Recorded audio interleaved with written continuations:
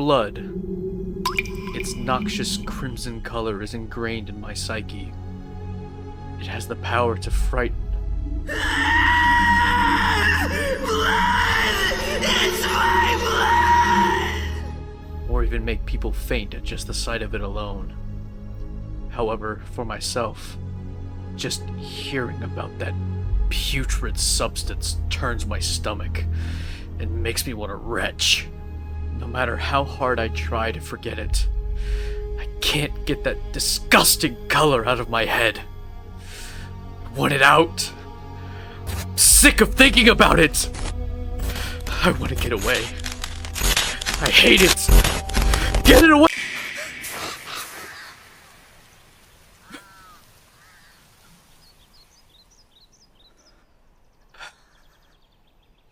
Was it just a dream? Thank God. I'm sick. Crying won't help you, little bitch.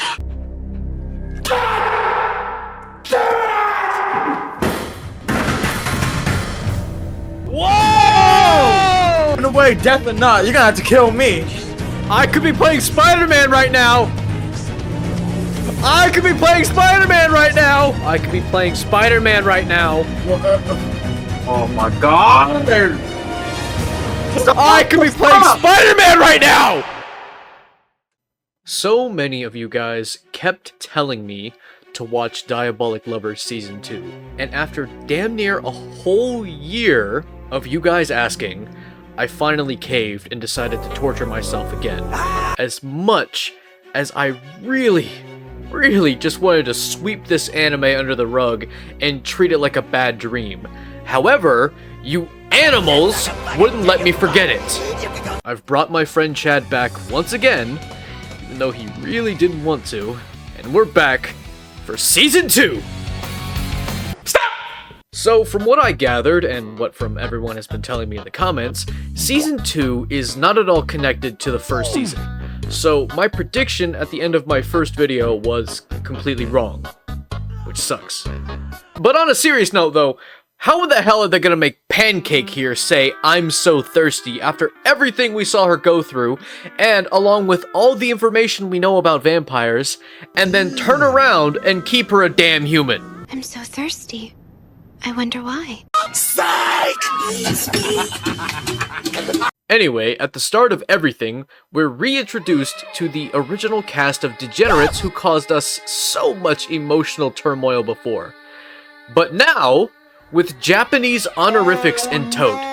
Ayato-kun, I can't just Wait, what? They're using honorifics now? Not fair for Are you to we try to sneak using the ahead. fucking honorifics? Yeah, They're no using kidding, honorifics dumbass. now? Why don't Oh you try my- waiting your turn for once? Light-o-kun? After all, little bitch's No. blood belongs to all of us, doesn't it, baby? I Oh hate my this! God, Come on. no. I don't miss Let this! us all have some pancake. Oh yes, won't you please relieve me of this terrible hunger? Yeah, let's have some fun together. Dude. Oh, we just started. And once again, thanks to the ever so helpful people in my comments, I was informed about what exactly drinking blood is meant to represent in regard to these sexy vampire boys, as they say. And what that is the horizontal four-legged mythical creature Cha-Cha. Or if you're feeling froggy, we can just simply call it the Monster Mash, because I can. Now, as we move along, please keep that context in mind going forward, and watch as the walls of your dimly lit room slowly close in as you watch this video. Moving away from that, and continuing with the actual plot of this video, we switch scenes to the car, where everyone is just in the best mood. Shut up. Everybody please be quiet. Can't you see you're upsetting Teddy? Asshole. What's that? Now, we're all stuck in this little car. Take it down a notch, Ayato-kun. Why are Don't they tell me doing what to honorifics? Like, what's going on? This is all because of you, you know. They did not do this Because of- before. But you know what kills everyone's mood faster than anything on the planet? Having your pimped out limousine jump 20 fucking feet in the air for no other reason than to introduce us to the new cast of horny vampire boys. who say absolutely nothing other than the word Eve before disappearing like Enderman in Minecraft. After some time, we find Yui by herself, and honestly, these boys really just need to put a bell on this girl or something. The amount of times she has just wandered off is staggering, to say the least. And if they did do this, this wouldn't have happened where the new cast pops in like Enderman once again, and Yui makes the bold decision to run, like that's helped her before. Then after a cartoonishly long running sequence, the new cast of boys snatch her up. Now in a new environment along with some new characters, Yui does the tried and true method she has honed to perfection whenever she's in any kind of jam. And what that is talking to her captors as if they didn't just crash a car with her inside it not even a day ago. Wait, why did you bring me here? What? Again, stop asking questions, What get is the this fuck out. place? Like, what the fuck is wrong with you? Tell me who you are! Shut up. Be a good little piggy and stop all your squealing. Bro, the Bro, voice really- does not match. Are we really about to Be go through this cool, again? man. We about She's to go through gotta be this again? confused. We did just steal her away from her boy toys. Right, little Massa Kitty? Oh my Fuck God. off. Hey, I was wondering if maybe you were into pain. Why the fuck do I hear Shigaraki. Shigaraki? One thing that shocks me to my core is that I did not mind the new cast of Vampire Boys. In fact, I'm going to make a statement right here and now and say that the Mukami brothers are better than the Sakamaki brothers. What did he say? Yes, go on and write about how wrong I am for saying that. I know you just love your abusive, blood-sucking Pookie Bears so much that you need to defend their honor. And while you're all doing that, I will happily live on knowing that this anime will never get a Season 3. Now, I won't lie to you. Everyone who has told me about Season 2 was telling me how bad Season 2's cast is. And in my head, after seeing the first season, I was expecting the worst possible things, like Berserk the Eclipse scene levels of bad. But no, in fact, what it was me being gaslit. Aside from these two, who were by far the worst to see on screen, this one simply because of the horrendous nickname he gave to Yui within seconds of actually meeting her. Who are you? Good morning, little Massa Kitty. And Azusa because he likes knives. And yes, whatever idea popped into your mind whenever I said he likes knives, you're correct. I'm pretty sure he's into it. Azusa-kun, what was it that you wanted to show me? My collection. Nah! These No! are my favorite treasures. I'm not into the people who like knives, bro. Could I ask you something? Oh my god. I was wondering if you liked me. Bro, y'all just met. If you like me, you could hit me. What? Of course. You know, I just finished sharpening this knife up really No.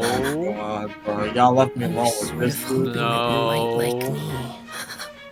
To cut you with it. No. Oh. Your pain would feel so good. No. Oh. Maybe you could cut me with it instead. What the fuck? As much as we really didn't like Azusa, Ko was at least tolerable. Unlike these two vampiric piles of dookie, who whenever they were on screen, we wanted to commit acts of violence against them. Which is reasonable, because Jesus Christ, you know what? I have a message to the so-called fans of this series, especially to the ones out there that like Kanatsu and Laito. Are you guys okay? Because you guys need help. Why? Let me just say that I am by no means one to judge people on whoever or whatever they're attracted to. I am well aware that everyone is different, and everyone has their own preferences. I, for one, love women who don't even exist, and not a day goes by where that information doesn't hurt me on a spiritual level. But for others, maybe you're into having, say, like a mommy girlfriend who wants to crush your skull like a watermelon. Or maybe you just want a gorgeous, handsome man who likes anime. Go right ahead! As I said before, I am by no means one to judge you on whatever you're into. Unless you're my mom. The following is intended only for mature audiences. Viewer discretion advised. You should hear what I'm reading about right now. Mom, I really don't want to hear about it, honestly. Yes, you do. No, I don't think I do. It's a fairy tale. It's Sleeping Beauty, just Prince Charming is a BDSM. Mom. They steal like the princes and princesses, and they to this like kingdom where there's slaves, and like one of the princes is like crawling around. They keep him naked all the time, and he's crawling around, and they're shoving little metal balls in his butt, and they tell him to go over to the corner and poop him out. And I mean, it's entertaining. It's different. Yeah. You want the name of the book? No. You sure? No, I'm good. So, how's the anime going? Now, for as bad as Azusa and Co might be, the other two, Ruki and Yuma, weren't really all that bad. They were aggressive as hell for no other reason than to be aggressive, but unlike the Sakamaki brothers, most of them actually showed genuine concern for Yui. Except for Azusa. That brother is too far gone to be saved by anything. You guys, if you want to, you could hit me more. No, come back. You can hit me. Don't go away. More. Hurt me more. As the story progressed, me and Chad were preparing ourselves for the worst this season had to offer, but what we were given was honestly disappointing in comparison to the first season. Keep in mind that I am in no way saying that the first season is better than the second. In fact, I think both should be tossed into a grease fire after everything we've seen. But what I'm trying to say is that the Mukami brothers didn't want to make us rip our ears and eyes out every time they opened their mouths or whenever they were on screen.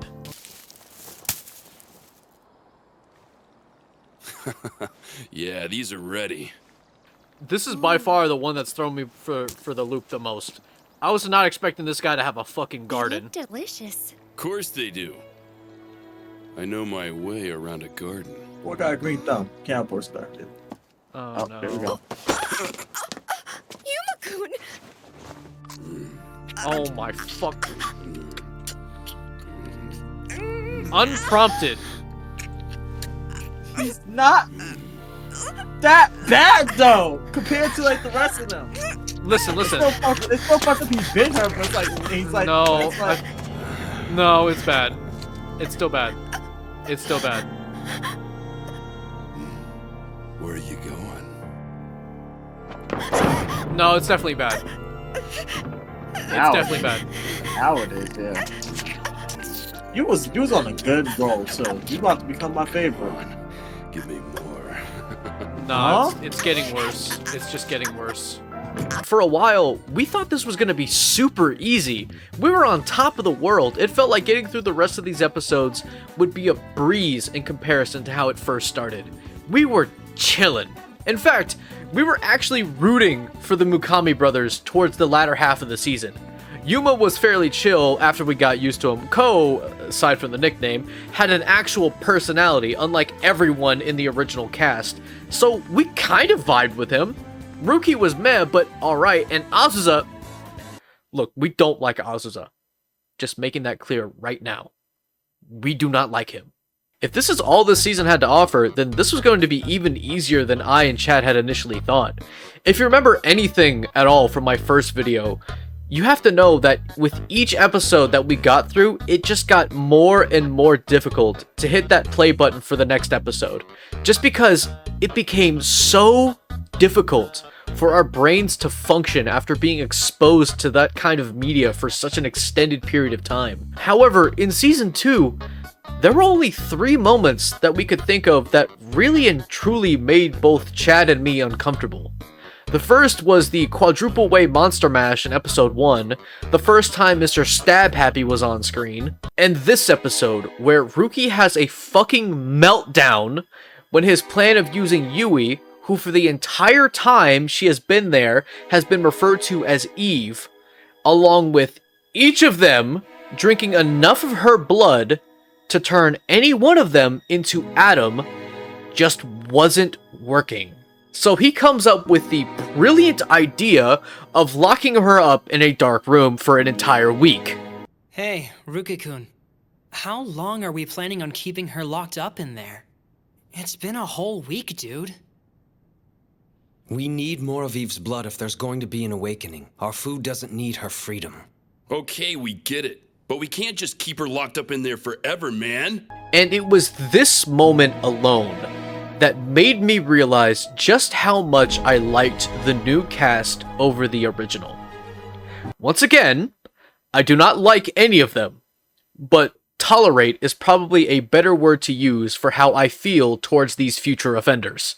From an anime that had moments that tethered between potential murder or straight up you-know-what, seeing characters show genuine concern over a character like Yui made me feel so hopeful for her, considering that now she wasn't entirely surrounded by deranged, horny vampire boys like she was in Season 1.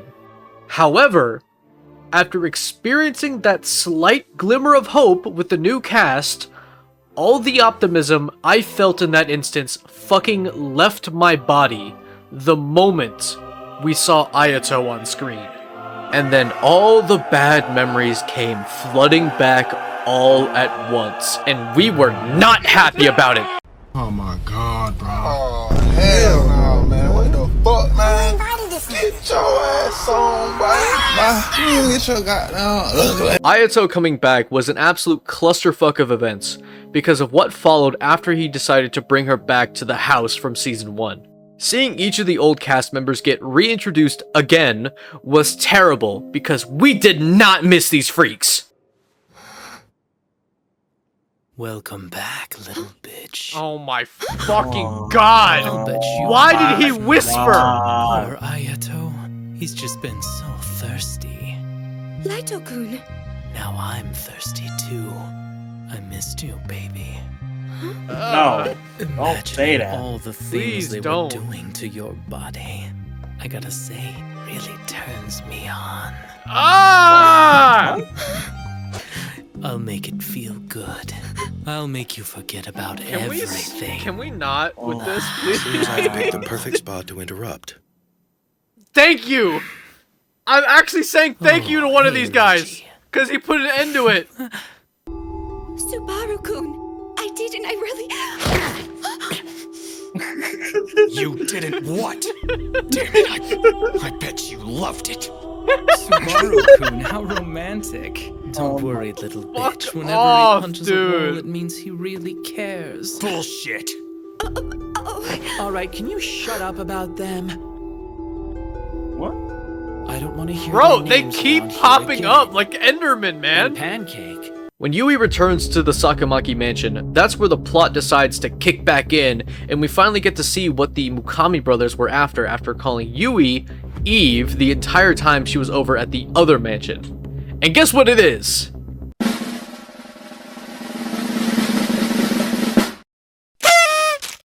That's right!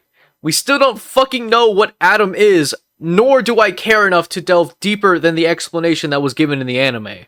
Although, from what I've gathered, it just sounds like the person in question becomes a super vampire because they use the word ascended a lot whenever they talk about it. However, it's later that we find out that none of the Mukami brothers can actually become Adam. Well, not by themselves anyway. Because it's not up to any of them who becomes Adam, but instead is based entirely on a different person's decision. That person being Yui, although in my opinion anyone would be a better choice than her. Aside from how shitty of a hand the Mukami brothers were dealt, I think we, the audience, were dealt an even worse hand when it came to the ending of this entire debacle. Due to the fact that this is an anime adaptation of an Otome game, the final moments of this godforsaken creation are left entirely open-ended. Yes, despite all our pain and suffering, the only way to actually figure out who becomes Adam is by playing the game. And believe you me, I was entirely on board with the whole like goal and so and get me X amount of subscribers and I'll play the game for a stream or even a future video. But trust me when I say that I spent a literal hour of my life searching through eBay, Amazon, hell, even Play Asia, whatever that is, and all these other sites looking for this fucking game, and came up empty-handed. As much as I'm willing to endure more torture from this series because it helped my channel grow so much over this year, finding nothing was really disappointing to say the least. Believe me when I say that there's the possibility that I'm not entirely done with this franchise, but as of this moment, I am, in terms of its anime at least. I can finally close the book on this whole thing and say that I'm done with this chapter at last. For real this time. If you made it this far in the video, thank you for 2,600 subs? Never in my life did I even think I would ever reach 1,000. Yet here I am with double that. All the recent growth and support has been a blast to experience for me. And it's also because of you guys that this might be the very first video on my channel that I'll be able to monetize as soon as I upload it. If YouTube doesn't demonetize me right out the gate. Please, YouTube, go easy on me. I'm begging you. I just want to say thank you again for all the support you guys have given me. I really am grateful and hope to upload a lot more consistently in the future. So until next time, I'll see you around.